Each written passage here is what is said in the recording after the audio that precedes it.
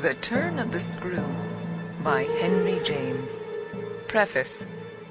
The story had held us round the fire, sufficiently breathless, but except the obvious remark that it was gruesome, as, on Christmas Eve, in an old house, a strange tale should essentially be.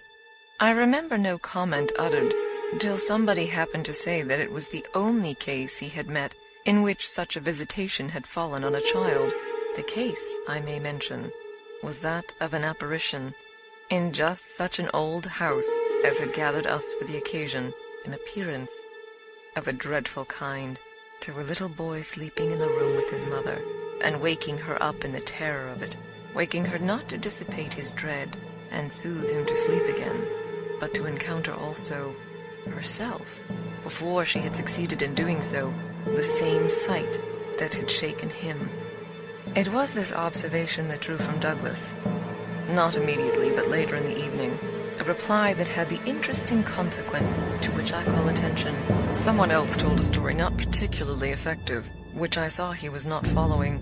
This I took for a sign that he had himself something to produce, and that we should only have to wait. We waited, in fact, till 2 nights later, but that same evening, before we scattered, he brought out what was in his mind. I quite agree, in regard to Griffin's ghost, or whatever it was, that its appearing first to the little boy, at so tender an age, adds a particular touch. But it's not the first occurrence of its charming kind that I know to have involved a child. If the child gives the effect another turn of the screw, what do you say to 2 children? We say, of course, somebody exclaimed, that they give 2 turns. Also that we want to hear about them. I can see Douglas there before the fire, to which he had got up to present his back, looking down at his interlocutor with his hands in his pockets. Nobody but me till now has ever heard. It's quite too horrible. This naturally was declared by several voices to give the thing the utmost price, and our friend, with quiet art, prepared his triumph by turning his eyes over the rest of us and going on. It's beyond everything. Nothing at all that I know touches it. For sheer terror, I remember asking. He seemed to say it was not so simple as that, to be really at a loss how to qualify it. He passed his hand over his eyes, made a little wincing grimace for dreadfulness. "Oh, how delicious!" cried one of the women. He took no notice of her. He looked at me, but as if, instead of me, he saw what he spoke of, for general uncanny ugliness and horror and pain. "Well then," I said, "just sit right down and begin." He turned round to the fire, gave a kick to a log, watched it an instant, then as he faced us again, "I can't begin. I shall have to send to town." There was a unanimous groan at this, and much reproach, after which, in his preoccupied way, he explained, "The story's written. It's in a locked drawer. It has not been out for years. I could write to my man and enclose the key. He could send down the packet as he finds it." It was to me in particular that he appeared to propound this, appeared almost to appeal for aid, not to hesitate. He had broken a thickness of ice, the formation of many a winter, had had his reasons for a long silence. The others resented postponement, but it was just his scruples that charmed me. I adjured him to write by the first post, and to agree with us for an early hearing. Then I asked him if the experience in question had been his own. To this his answer was prompt. "Oh, thank God, no." "And is the record yours? You took the thing down?" "Nothing but the impression. I took that here." He tapped his heart. "I've never lost it." "Then your manuscript?"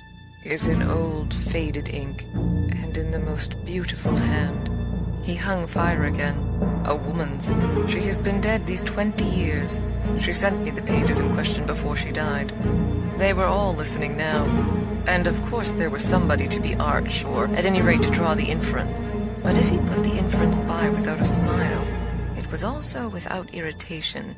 "She was a most charming person, but she was 10 years older than I. She was my sister's governess," he quietly said. "She was the most agreeable woman I've ever known in her position. She would have been worthy of any whatever. It was long ago, and this episode was long before. It was at Trinity, and I found her at home on my coming down the second summer. I was much there that year. It was a beautiful one, and we had, in her off hours, some strolls and talks in the garden. Talks in which she struck me as awfully clever and nice. Oh yes, don't grin. I liked her extremely, and am glad to this day to think she liked me too. If she hadn't, she wouldn't have told me. She had never told anyone. It wasn't simply that she said so, but that I knew she hadn't. I was sure. I could see. You'll easily judge why when you hear. Because the thing had been such a scare? He continued to fix me. You'll easily judge, he repeated. You will. I fixed him too. I see. She was in love. He laughed for the first time. You are acute. Yes, she was in love. That is, she had been. That came out. She couldn't tell a story without its coming out. I saw it. And she saw I saw it. But neither of us spoke of it. I remember the time and the place. The corner of the lawn. The shade of the great beeches in the long, hot summer afternoon. It wasn't a scene for a shudder. But oh... He quitted the fire and dropped back into his chair. You'll receive the packet Thursday morning? I inquired. Probably not till the second post. Well then, after dinner. You'll all meet me here? He looked at us round again. Isn't anybody going? It was almost the tone of hope. Everybody will stay. I will, and I will, cried the ladies, whose departure had been fixed. Mrs. Griffin, however, expressed the need for a little more light. Who was it she was in love with? The story will tell, I took upon myself to reply. Oh, I can't wait for the story. The story won't tell, said Douglas. Not in any literal, vulgar way. More's the pity, then. That's the only way I ever understand. Won't you tell, Douglas? Somebody else inquired. He sprang to his feet again. Yes, tomorrow. Now I must go to bed. Good night. And quickly catching up a candlestick, he left us slightly bewildered. From our end of the great brown hall we heard his step on the stair, whereupon Mrs. Griffin spoke. Well, if I don't know who she was in love with, I know who he was. She was 10 years older, said her husband. Raison de plus at that age. But it's rather nice, his long reticence. 40 years, Griffin put in. With this outbreak at last. The outbreak, I returned, will make a tremendous occasion of Thursday night. And everyone so agreed with me that in the light of it, we lost all attention for everything else. The last story, however incomplete and like the mere opening of a serial, had been told. We handshook and candlestuck, as somebody said, and went to bed. I knew the next day that a letter containing the key had, by the first post, gone off to his London apartments. But in spite of, or perhaps just on account of, the eventual diffusion of this knowledge, we quite left him alone till after dinner. Till such an hour of the evening, in fact, as might best accord with the kind of emotion on which our hopes were fixed. Then he became as communicative as we could desire, and indeed gave us his best reason for being so. We had it from him again before the fire in the hall, as we had had our mild wonders of the previous night. It appeared that the narrative he had promised to read us really required for a proper intelligence a few words of prologue. Let me say here distinctly, to have done with it, that this narrative, from an exact transcript of my own made much later, is what I shall presently give. Poor Douglas, before his death, when it was in sight, committed to me the manuscript that reached him on the third of these days, and that, on the same spot, with immense effect, he began to read to our hushed little circle on the night of the 4th. The departing ladies who had said they would stay didn't, of course, thank heaven, stay. They departed in consequence of arrangements made.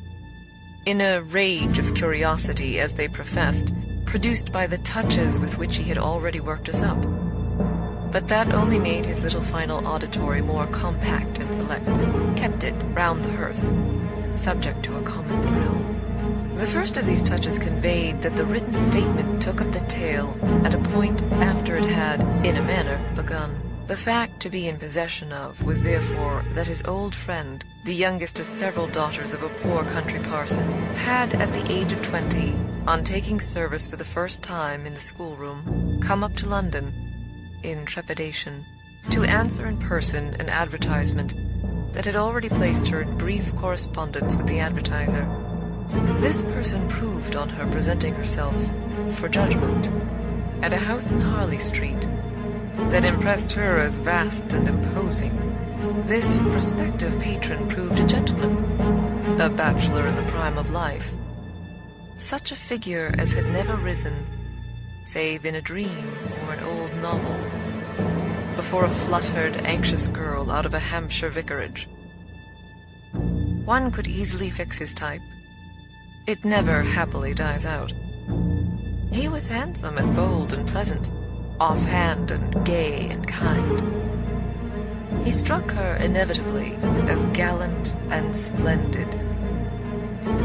But what took her most of all, and gave her the courage he afterward showed, was that he put the whole thing to her as a kind of favor, an obligation he should gratefully incur. She conceived him as rich, but as fearfully extravagant, saw him all in a glow of high fashion, of good looks, of expensive habits, of charming ways with women. He had for his own town residence a big house filled with the spoils of travel and the trophies of the chase. But it was to his country home, an old family place in Essex, that he wished her immediately to proceed.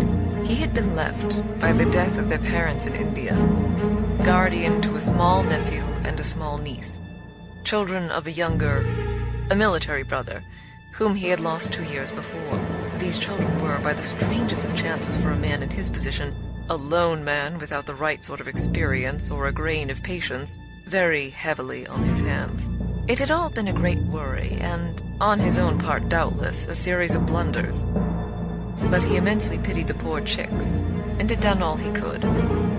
Had in particular sent them down to his other house, the proper place for them being, of course, the country, and kept them there, from the first, with the best people he could find to look after them, parting even with his own servants to wait on them, and going down himself, whenever he might, to see how they were doing. The awkward thing was that they had practically no other relations, and that his own affairs took up all his time. He had put them in possession of Bly, which was healthy and secure, and had placed at the head of their little establishment, but below stairs only, an excellent woman, Mrs. Gross, whom he was sure his visitor would like, and who had formerly been maid to his mother. She was now housekeeper, and was also acting for the time as superintendent to the little girl, of whom, without children of her own, she was by good luck extremely fond. There were plenty of people to help, but of course the young lady who should go down as governess would be in supreme authority. She would also have, in holidays, to look after the small boy, who had been for a term at school, young as he was to be sent. But what else could be done? And who, as the holidays were about to begin, would be back from one day to the other? There had been for the two children at first a young lady whom they had had the misfortune to lose. She had done for them quite beautifully. She was a most respectable person till her death, the great awkwardness of which had precisely left no alternative but the school for little Miles. Mrs. Gross, since then, in the way of manners and things, had done as she could for Flora. And there were further a cook, a housemaid, a dairy woman, an old pony, an old groom, and an old gardener, all likewise thoroughly respectable. So far had Douglas presented his picture, when someone put a question, and what did the former governess die of? Of so much respectability? Our friend's answer was prompt. That will come out. I don't anticipate. Excuse me, I thought that was just what you are doing. In her successor's place, I suggested, I should have wished to learn if the office brought with it necessary danger to life. Douglas completed my thought. She did wish to learn, and she did learn. You shall hear tomorrow what she learned. Meanwhile, of course, the prospect struck her as slightly grim. She was young, untried, nervous. It was a vision of serious duties and little company, of really great loneliness. She hesitated, took a couple of days to consult and consider, but the salary offered much exceeded her modest measure, and on a second interview she faced the music. She engaged. And Douglas, with this, made a pause that, for the benefit of the company, moved me to throw in the moral of which was, of course, the seduction exercised by the splendid young man. She succumbed to it. He got up, as he had done the night before, went to the fire, gave a stir to a log with his foot, then stood a moment with his back to us. She saw him only twice. Yes, but that's just the beauty of her passion. A little to my surprise on this, Douglas turned round to me. It was the beauty of it. There were others, he went on, who hadn't succumbed. He told her frankly all his difficulty, that for several applicants the conditions had been prohibitive. They were, somehow, simply afraid. It sounded dull, it sounded strange, and all the more so because of his main condition, which was that she should never trouble him, but never, neither appeal nor complain, nor write about anything, only meet all questions herself, receive all moneys from his solicitor, take the whole thing over and let him alone. She promised to do this, and she mentioned to me that when for a moment, disburdened, delighted, he held her hand, thanking her for the sacrifice, she already felt rewarded. But was that all her reward? One of the ladies asked. She never saw him again. Oh, said the lady, which, as our friend immediately left us again, was the only other word of importance contributed to the subject till the next night, by the corner of the hearth.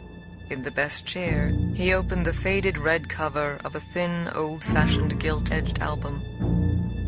The whole thing took indeed more nights than one, but on the first occasion, the same lady put another question. What is your title? I haven't one. Oh, I have, I said, but Douglas, without heeding me, had begun to read with a fine clearness that was like a rendering to the ear of the beauty of his author's hand.